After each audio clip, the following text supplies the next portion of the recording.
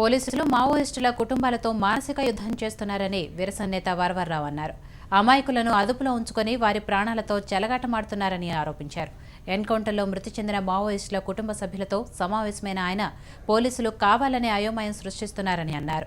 గాజర్ల రవి సోదరులు సమ్మయ్య, అశోక్తో పాటు పలువురు కుటుంబ సభ్యులతో కలిసి మల్కన్గిరి బయలుదేరి వెళ్లారు. జరిగింది ఎన్కౌంటర్ కాదని, మారణకాండ అనే ఆయన మృతుల వివరాలను వెల్లడించడానికి ప్రభుత్వానికి ఉండే అభ్యంతరం ఏంటని ప్రశ్నించారు. అందరూ నిద్రపోతున్న వేళ ఏకపక్షంగా జరిపిన కాల్పులను ఎన్కౌంటర్గా చెప్పుకోవటం సిగ్గుచేటన్నారు. నేను చెప్తున్నా, ఇది ఎన్కౌంటర్ కాదు, అదుపులో ఉన్న వాళ్ళను ఇంటరాగేట్ చేస్తున్నారు, చిత్రహింసలు పెడుతున్నారు, చంపేస్తున్నారు. ఇది ఎన్కౌంటర్ అనే మాట వాడు అర్థం లేనిది, ఇది మారణకాండ. ఈ అదుపులో ఉన్న వాళ్ళందరినీ కూడా నిజంగానే వాళ్ళ మీ నిర్దిష్టమైనటువంటి నేరారోపణలు ఉంటే కోర్టులో హాజరుపరచండి, లేదా వదిలేయండి అనేది. ముఖ్యంగా మీ అదుపులో చాలా మంది ఆదివాసులు ఉన్నారు, వాళ్ళందరినీ వదిలేయాలనేది మా డిమాండ్.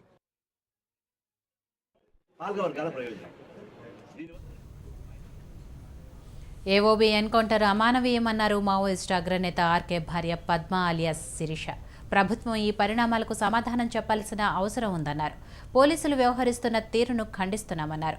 పోలీసుల ఏకపక్ష ధోరణితో ఉద్యమం ఆగదంటున్న శిరీషతో మా విశాఖ ప్రతినిధి Anuradha face to face. Maoist అగ్రనేత ఆర్కే భార్య పద్మ అలియాస్ శిరీష ఈరోజు విశాఖపట్నం చేరుకున్నారు. మాట్లాడించే ప్రయత్నం చేద్దాము, అసలు ఏమంటున్నారు అనేది. ఈ ఎన్కౌంటర్ గురించి ఏమంటున్నారమ్మా? ఏకపక్షంగా దాడి చేయడం, అర్ధరాత్రి నిద్రపోయే వాళ్ళ మీద దాడి చేయడం అనేది చాలా దారుణం. నిద్రపోయేటప్పుడు కాంచి దొంగచాటుకు దెబ్బతీయడం, అది ఎదురెదురు కాల్పులు అయితే అంతమంది చనిపోతారు, వాళ్ళు కూడా చనిపోతారు కదా. వాళ్ళ సేఫ్టీగానే ఉన్నారు, వాళ్ళకి ఏం కాలేదు, కావాలని చిన్న బిడ్డ అని కూడా లేకుండా ముక్కు పచ్చలారని పెట్టినారు. 24 మందిని అతి దారుణంగా కాల్ చేయడం అంటే అడవుల్లో ఉండే వాళ్ళు దేనికోసం ఉన్నారు? దేశాన్ని మింగేవాళ్ళు వాళ్ళని చంపుకోవచ్చుగా. దేశాన్ని మింగుతుంటే కుబీర్లు అయ్యా. వాళ్ళు లేకుండా చేయాలని వాళ్ళ టార్గెట్.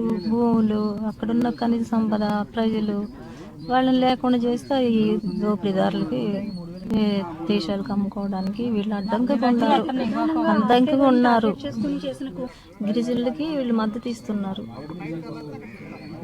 గిరిజనులను చంపుతున్నారు, వీళ్ళని చంపుతున్నారు. అది అందరూ ఖండించాల్సింది.